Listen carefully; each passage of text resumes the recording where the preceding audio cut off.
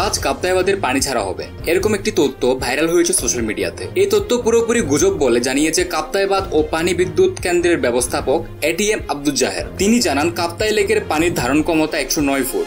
আজ দুপুর 2টা পর্যন্ত লেকে পানি ছিল 103 ফুটের বেশি। অন্তত আর 6 ফুট বাড়লে পানি ছাড়া হতে পারে। টানা বৃষ্টিপাত না হলে অন্তত আগামী 24 ঘন্টা এত পানি বৃদ্ধি পাওয়ার কোনো সংখ্যা নেই। ফলে আপাতত কাপ্তাই লেকের পানি ছাড়ার কোনো সম্ভাবনা নেই। যদি পানি ছাড়তে হয় অন্তত 6 ঘন্টা আগে গণমাধ্যমে একটি বিজ্ঞপ্তি দিয়ে জানানো হবে। পানি ছাড়ার বিষয়ে কর্তৃপক্ষ কোনো মাইকিং করেনি এবং আগামীতেও করার কোনো সম্ভাবনা নেই বলে জানিয়েছেন ব্যবস্থাপক এটিএম আব্দুল জাহের। এদিকে টানা বৃষ্টিতে ডুবে গেছে বন্দরনগরী চট্টগ্রামের নিচু এলাকা। এই যে সৃষ্টি হয়েছে জলবদ্ধতা, ফলে চরম দুর্ভোগে পড়েছে নগরীর বাসিন্দারা।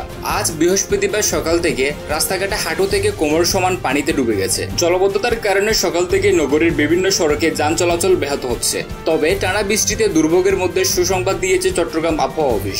চট্টগ্রাম আবহাওয়া অফিস বলছে, আজ বিকেল থেকে বৃষ্টি কমে আসবে, টানা বৃষ্টি পড়বে না, দেখা মিলবে সূর্যের। অন্যদিকে জলবদ্ধতার কারণে অফিসগামী নানা প্রয়োজনে বের হওয়া লোকজনকে নানা দুর্ভোগ পোহাতে হচ্ছে। গত কয়েকদিনে টানা বৃষ্টিতে নগরীর বহদ্রহাট, কাতালগঞ্জ, মুরাদপুর ও চকবাজারে পানি উঠেছে। নগরীর মুরাদপুরে গলাসমান পানি জমেছে, এতে যানবাহন চলাচল ব্যাহত হচ্ছে। চট্টগ্রামের পতেঙ্গা আবহাওয়া অফিস সহকারী আবহাওয়াবিদ আব্দুল বারেক বলেন, সর্বশেষ 24 ঘন্টায় 175 মিলিলিটার বৃষ্টিপাত রেকর্ড করা হয়েছে। সকাল 9টা থেকে 12টা পর্যন্ত 3 ঘন্টায় 72 মিলিলিটার বৃষ্টিপাত রেকর্ড করা হয়েছে আজ। এদিকে গত 2 দিন ধরে জেলার সীতাকুণ্ড, মিরাসরাই, ফটিকছড়িতে ভয়াবহ বন্যা দেখা দিয়েছে। এই 3 উপজেলায় কমপক্ষে 1 লাখের মানুষ পানিবন্দী হয়ে পড়েছেন।